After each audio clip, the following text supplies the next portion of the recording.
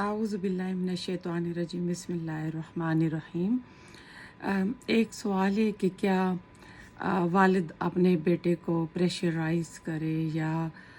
اس کو کہے کہ اپنی بیوی کو طلاق دے دو، تو کیا وہ والد کے کہنے پہ اپنی بیوی کو طلاق دے گا؟ اور اس سلسلے میں دو اسلامی تاریخ کے دو سچے واقعات ایویڈنس کے طور پر پیش کیے جاتے ہیں۔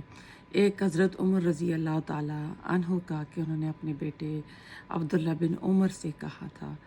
بیوی کو طلاق دو، اور وہ جو طلاق جو ہے انہوں نے دی تھی حیض کی حالت میں،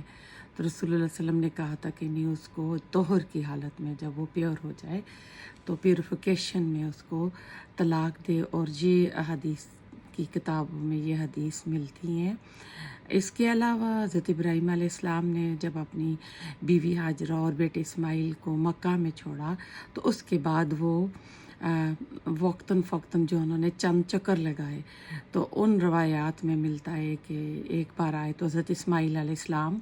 نہیں تھے، تو انہوں نے بہو سے پوچھا تو اس نے شکوے شکایت کیے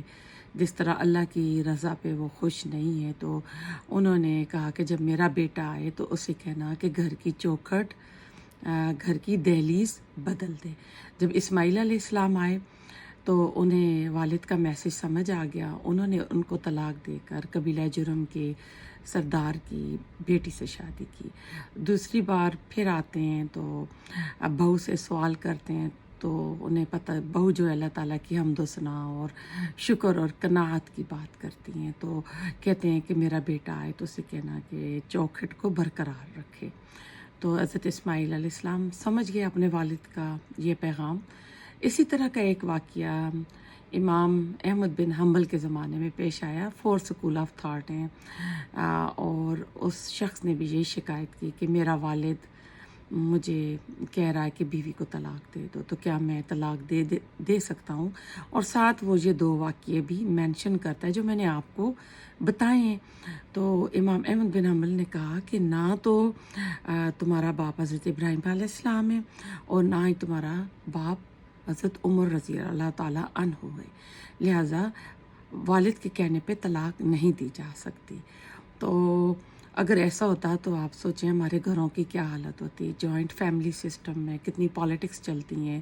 اور کتنی طلاقیں ہو رہی ہوتی۔ تو لہٰذا اس کا جو اسٹرانگ اپینین ہے